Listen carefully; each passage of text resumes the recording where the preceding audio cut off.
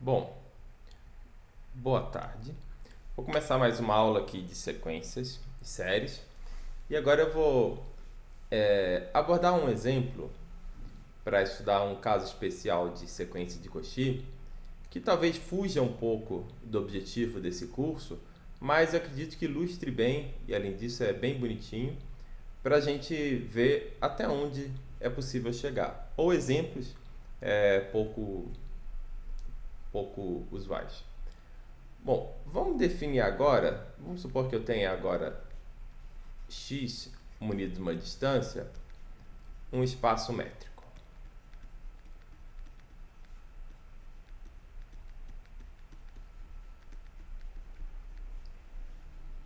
No nosso exemplo, a gente deve usar R ou R2 munido da distância usual, mas isso vale para qualquer exemplo, que eu tenho x munido da distância, isso aqui é um espaço métrico. E aí, eu tenho A e B, dois conjuntos não vazios de x. Tá? Então, A e B são dois conjuntos não vazios contidos nesse espaço. Bom, aí eu quero saber como essa distância de Hausdorff, que eu vou botar esse Hzinho, entre A e B. E aí, essa distância a gente define como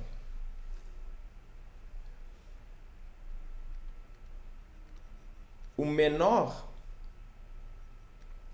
epsilon maior ou igual a zero, tal que o A esteja contido em B epsilon e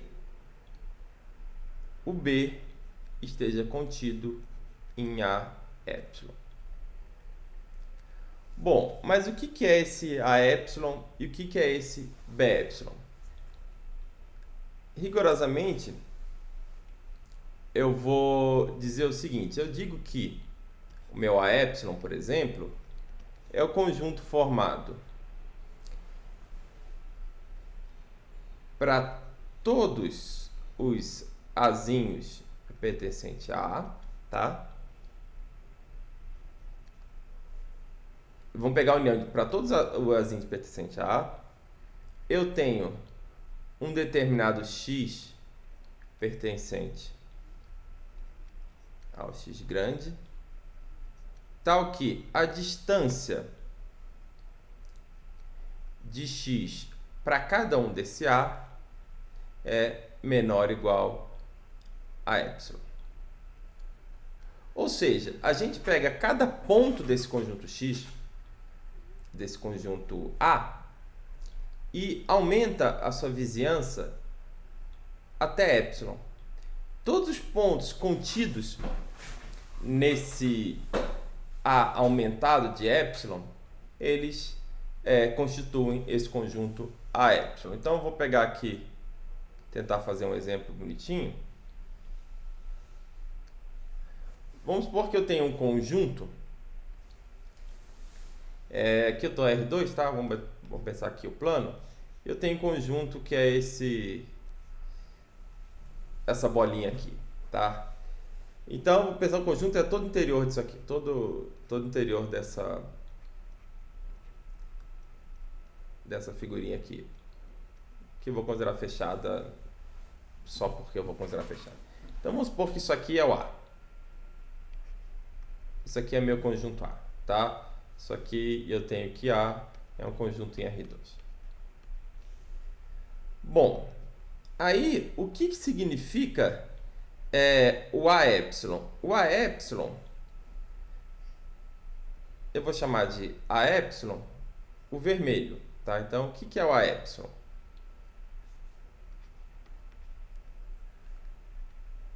O A epsilon, eu pego esse A, aí eu pego todos os pontos e ando a uma distância epsilon.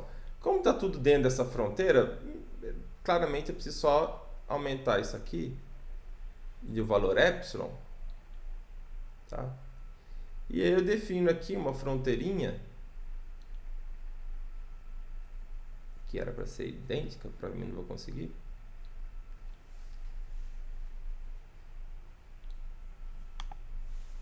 Essa fronteirinha aqui, cada distânciazinha disso aqui deveria valer epsilon. Então, o meu AY é esse conjunto aqui, tudo que está dentro, na realidade, está dessa fronteira vermelha. Então, isso aqui seria o meu AY. Bom, intervalos reais, simplesmente. Então, eu vou supor aqui que meu A e o meu B sejam intervalos reais, tá? Pensar em intervalos simples, tá? Então, aqui, por exemplo, eu tenho A e, vou botar de preto aqui, eu tenho o B. Isso aqui seria o A e embaixo o B. Aí, o que significa tá na reta real? Eu só coloquei um acima do outro para facilitar. De certa forma, eu teria que aumentar o B de um epsilon, tá? De alguma forma aqui, para que o A ficasse contido no B epsilon. Então, para a gente visualizar isso bem, vamos pegar um caso explícito. Então, eu vou definir aqui o meu A como sendo intervalo aberto 0, 1, e vou definir o B como sendo meu intervalo aberto menos meio, 3/4. Bom, como eu calculo a distância de Hausdorff entre A e B? Nesse caso, fica fácil de enxergar que para o B caber dentro do A, para o B ficar contido no A epsilon, eu teria que andar aqui, crescer à esquerda de menos meio. Claro, por simetria, se eu cresço à esquerda, tem que crescer à direita, tá? Eu cresço em todas as direções, como eu estou em R, as direções são a direita e a esquerda. O B, no caso, para que o A caiba no B epsilon, o B epsilon tem que crescer aqui à direita em 1/4, tá? Então, o menor valor que faz com que um caiba no outro seria o meio, tá? Então, quanto seria o A epsilon? O A epsilon seria o menos meio, 3 meios. Tem que crescer meio para os dois lados. E quanto seria o B epsilon? O B epsilon seria menos 1, que eu tenho que crescer meio para um lado, e 3/4 mais meio dá 5/4.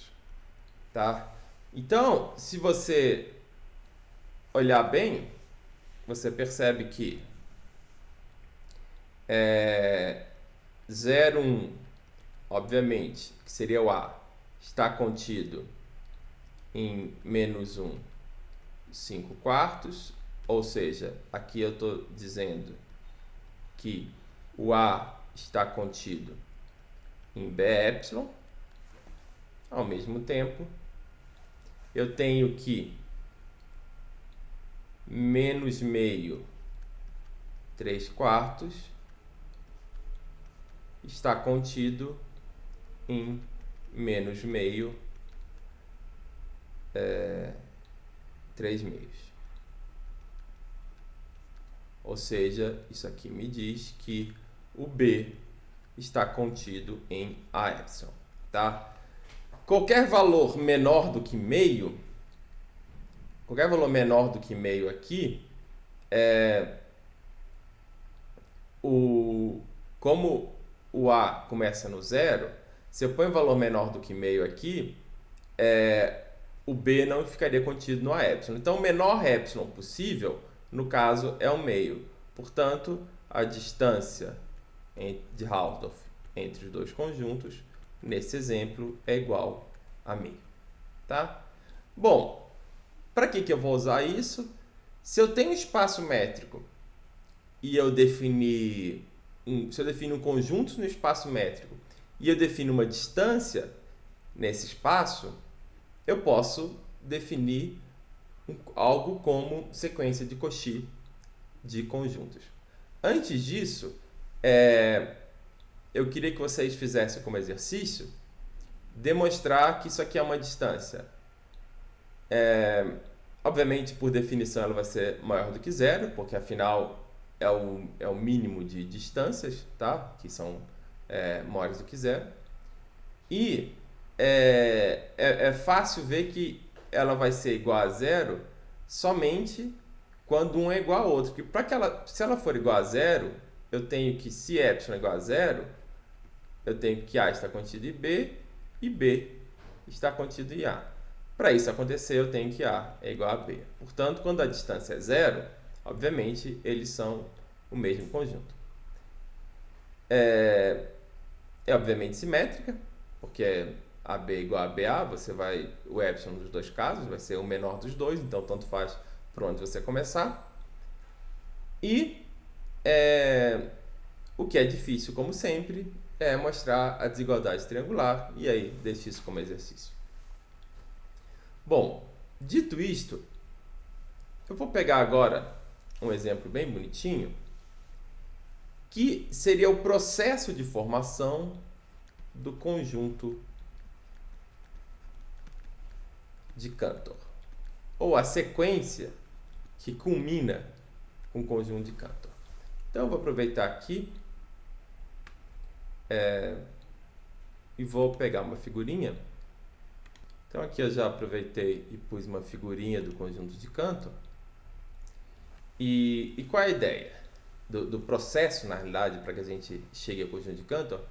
Eu parto do intervalo 0, 1, e aí eu tiro fora o terço do meio. Então eu fico aqui, aqui seria a minha, digamos assim, pensando isso aqui numa sequência, isso aqui seria o S1, aí eu vou botar S0, tá? Porque talvez eu precise para facilitar. O S0 seria o intervalo 0, 1, o S1 seria o intervalo 0, 1 sem o terço do meio. Aqui que é o S2. O S2 seria, eu pego o anterior, aí dos dois intervalos que sobraram, eu tiro aqui o terço do meio de cada um deles. O próximo, eu tiro, vai ter sobrado esses 4 segmentos, eu tiro o terço do meio de cada um desses 4 segmentos. Aí vão sobrar aqui 8 segmentos, aí eu tiro o terço do meio de cada um desses 8 segmentos. E faço esse processo infinitamente, tá? O limite dessa sequência, pensando no sentido do objeto que eu terei no limite dessa sequência, vou escrever isso assim. Aí, pensando o conceito do limite no sentido do que acontece no limite desse processo, isso aqui vai me dar o que a gente chama o conjunto de Cantor, que tem diversas propriedades muito interessantes. Eu sugiro que vocês pesquisem. E uma delas é que esse conjunto é um conjunto fractal e que a dimensão desse conjunto a dimensão desse conjunto de Cantor, que eu vou chamar de S, ela é logaritmo de 2 sobre logaritmo de 3. Tá? Ou seja, é um número maior do que 0 e menor do que 1. Então, é um número não inteiro. E aí, isso aqui caracteriza um fractal, tem várias coisas bem interessantes sobre isso. E aí eu gostaria que vocês pesquisassem, que é algo muito fundamental na área de sistemas dinâmicos, principalmente. Bom, mas o que eu gostaria não é... Porque ver sobre dimensão do conjunto de Cantor, processo de formação, importância de sistemas dinâmicos, análogos, etc. e tal, vocês vão ver em vários lugares. O que vocês não vão ver muito é tentar enxergar esse processo de obtenção do conjunto de Cantor, ou seja, essa sequência, como uma sequência de Cauchy, tá? Então, como eu posso enxergar essa sequência como uma sequência de Cauchy? Essa é a pergunta que eu gostaria de responder.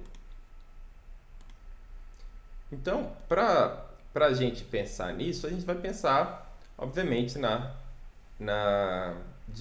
distância de Hausdorff. Bom, só que aí, o que é a distância de Hausdorff? A distância de Hausdorff, eu vou crescer, digamos assim, o intervalo para que, vamos supor, o de baixo seja contínuo de cima e o de cima seja contínuo de baixo.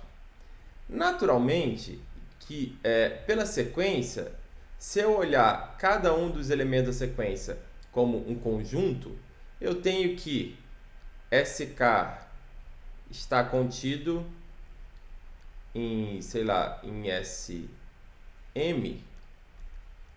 se M for menor do que K. Naturalmente que o próximo conjunto ele está contido no conjunto anterior, porque eu estou tirando, basicamente na sequência, eu vou tirando pedaços. Tá? Então, o que a gente precisa para que calcular a distância entre dois sucessores é basicamente ver o que foi tirado. Tá? Então, eu vou ter que aumentar de epsilon esse valor aqui. Tá? Então, por exemplo, se isso aqui tem tamanho 1, a distância entre S1 e S0 vai ser igual a esse meio aqui que foi tirado. Na realidade, como eu aumento de epsilon os dois lados, eu vou aumentar isso aqui de epsilon, isso aqui de epsilon. Então, na realidade, é a metade disso aqui. Como isso aqui tem tamanho 1/3, então a distância vai ser a distância de Hausdorff entre S1 e S0 vai ser 1/6. Por quê? Porque se eu aumento o de cima, eu não preciso mexer nada. Então, se eu aumento o de baixo de 1/6 em cada lado, eu prolongo isso aqui para cá e prolongo esse aqui para cá. Não corrigi o outro não, mas tudo bem. Então, a gente vê que se eu prolongo isso aqui de 1/6, isso aqui vale 1/6, isso aqui vale 1/6. Então, claramente, claro que eu vou ter que prolongar esse pedacinho aqui também, né? De 1/6. Então, esse aqui prolongado de 1/6 faz com que o de cima esteja contido, ou seja, S1 prolongado de 1/6, o S0 ele está contido em S1. Tá? Portanto, a distância entre S1 e S0 é, obviamente, 1/6. Já a distância de Hausdorff entre S1 e S2, a gente faz exatamente o mesmo raciocínio. Mas aí agora, para que o S2 caiba no S1, eu faço prolongamento aqui,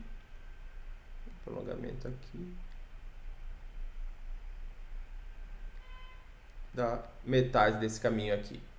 E esse tamanho aqui, esse caminho aqui, é 1/9. Como eu preciso da metade desse caminho aqui, então isso aqui tudo é 1/9, não é? Mesma coisa desse lado. Lembrando que eu vou ter que prorrogar para fora também. Mesma coisa aqui do lado.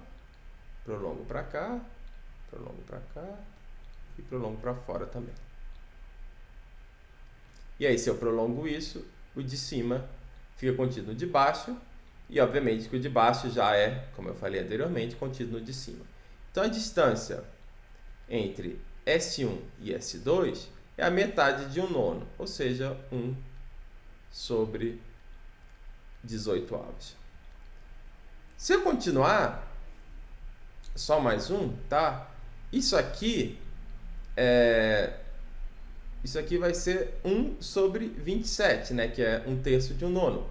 Isso aqui é 1/27, então a distância entre S2 e S3 é 1 sobre 27 sobre 2, portanto 1 sobre 54. E assim sucessivamente. Portanto, a distância de Hausdorff entre SK e SL vai ser sempre menor ou igual, porque eu posso estar lidando com elementos mais para frente, tá? Vai ser sempre menor ou igual a 1/2 vezes 1/3 elevado a K, supondo que K é menor do que L, tá? K é o menor número. Então, é 1/3 vezes 1/3 elevado a K, supondo K menor do que L, tá? Portanto,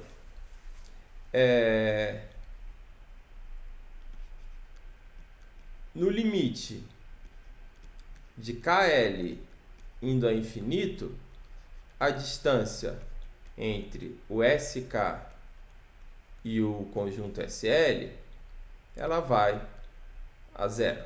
Afinal, 1/2 é fixo, né? E 1/3 elevado a K, quando K vai a infinito, isso aqui vai a zero. Portanto, essa distância de Hausdorff, quando K e L vão a infinito, ela vai a zero. O que caracteriza, portanto, uma sequência de Cauchy. Então, basicamente, eu mostrei que essa sequência que no limite ela gera o que a gente chama do conjunto de Cantor, que é um fractal muito importante, etc, tal, ela é uma sequência de Cauchy, tá? E aí, como é que eu defino, né? O que é uma sequência de Cauchy nesse caso? Que sequência é essa, né? Isso aqui é uma sequência, é uma função, né? É uma função que leva os naturais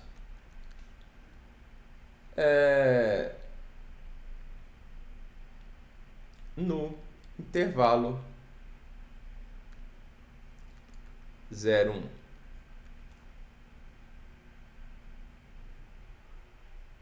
Porque a imagem de cada uma dessas sequências é um subconjunto do intervalo 0, 1. Tá? E cada elemento dessa imagem é um intervalo contido no intervalo 0, 1. Tá? Então, esse exemplo que eu queria apresentar para vocês.